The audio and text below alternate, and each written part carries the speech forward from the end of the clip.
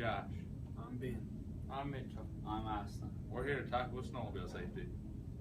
Yeah, check your gauges, make sure you got lots of gas. If you ain't got gas, remember to bottle back 'em.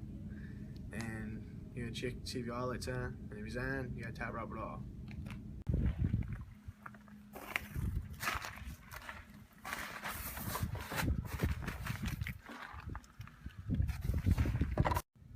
When you're riding on a snowmobile, you should always ride with caution, wear the proper safety equipment, tell someone where you're going, and most importantly, have fun.